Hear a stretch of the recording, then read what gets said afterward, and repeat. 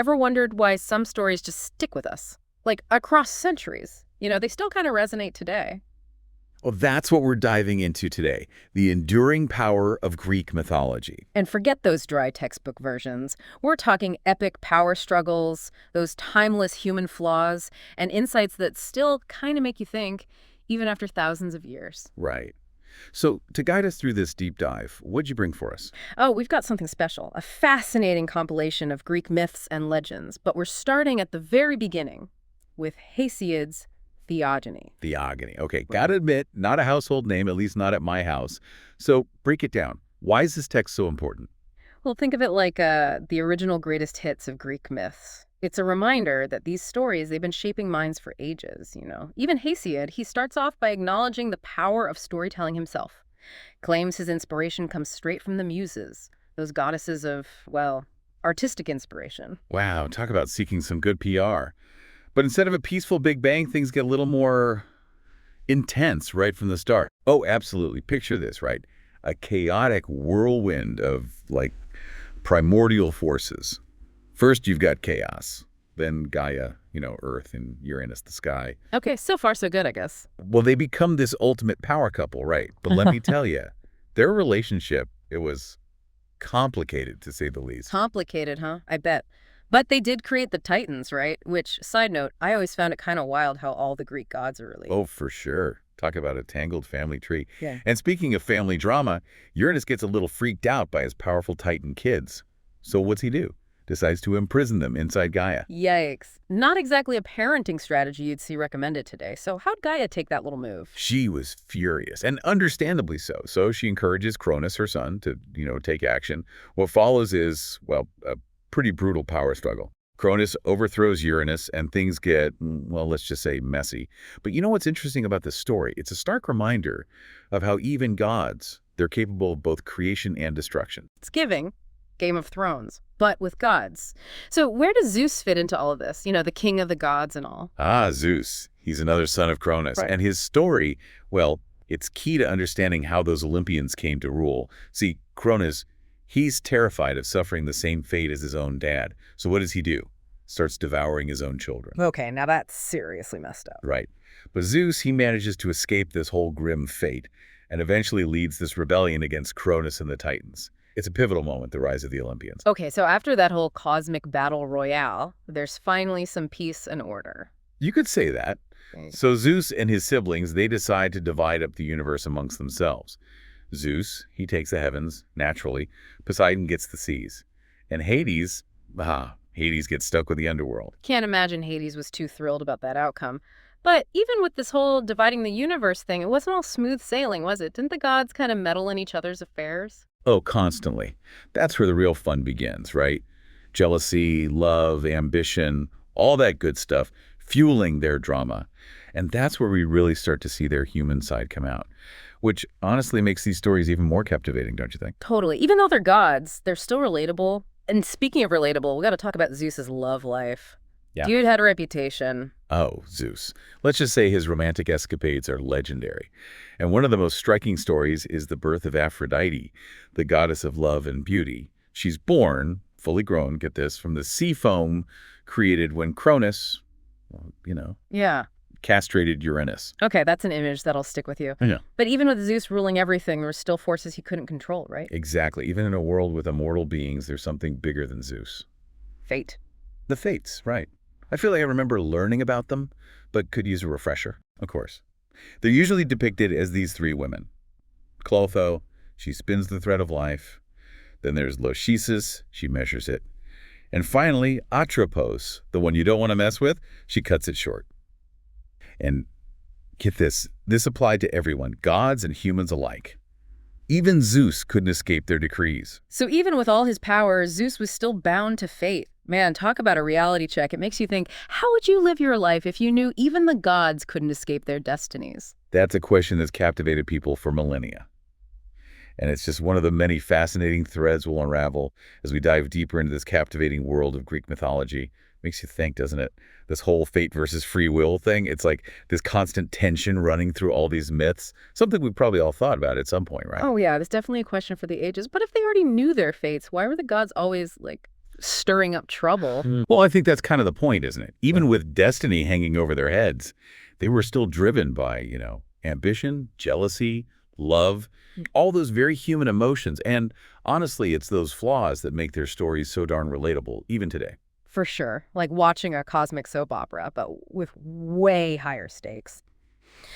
And speaking of drama, our source mentions some pretty epic fallouts, especially with Zeusy wife Hera. Let's just say you did not want to get on her bad side. Oh, Hera's a fascinating one. Mhm. She's the goddess of marriage and family, right? Yet she's constantly dealing with Zeus's infidelity. You can just imagine the emotional turmoil. The myths are full of her like intricate revenge plots against Zeus's lovers and their kids. She held a grudge like no other. Right. It really makes you wonder if Zeus ever regretted, well, any of it. Were these affairs just about, desire, or was there something more going on? That's an interesting question. Some scholars see it as Zeus asserting his dominance, spreading his influence, both literally and metaphorically. I mean, think about it. A lot of his kids became pretty powerful figures in their own right. It's like he was creating some kind of divine dynasty.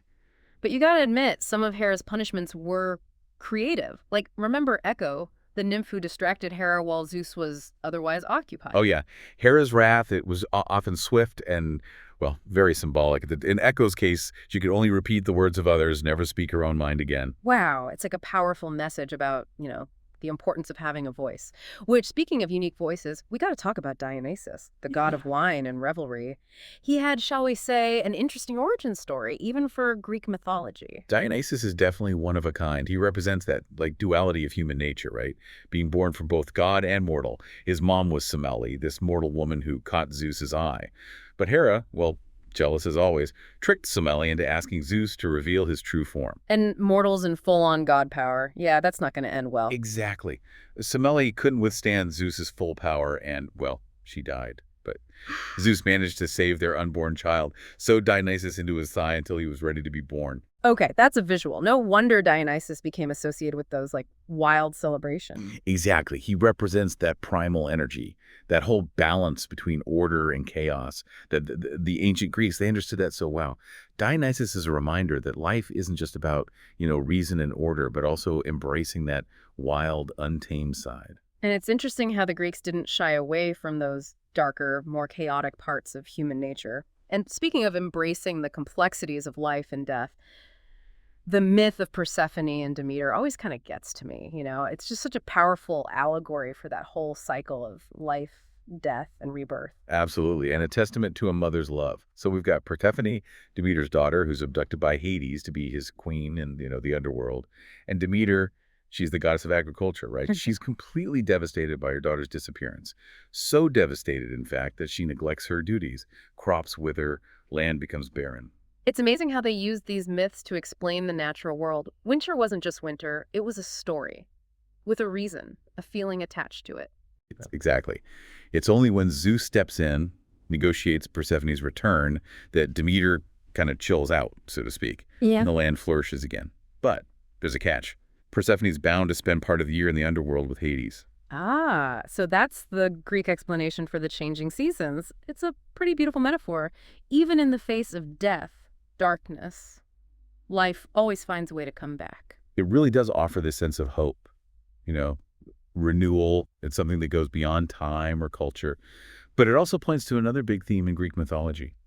Even the gods screw up. They're not perfect, and, well, neither are we. It's that imperfection, that vulnerability that really makes them relatable. Even now, they experience the same emotions as us, love, jealousy, anger, grief. And sometimes those emotions lead to some pretty bad decisions. Tell me about it. Just look at the story of Apollo and Cassandra. It's like this cautionary tale about, unrequited love and what happens when you abuse power. Right, Cassandra. She's the Trojan princess, gifted with prophecy. What was her deal again? So Apollo, he's totally smitten with Cassandra, grants her this gift of prophecy. But she turns him down. So what does he do? Curses her, naturally. Now, even though her prophecies are always true, no one will ever believe her. Ouch. Talk about a raw deal to have this gift, this insight, but be totally powerless to use it. Makes you think about the nature of truth itself, how we choose to listen to it or ignore it. It's a question that hasn't really gone away, has it? I mean, think about today, right? Fake news, trying to figure out what's true with so much information out there. Cassandra's story feels oddly relevant.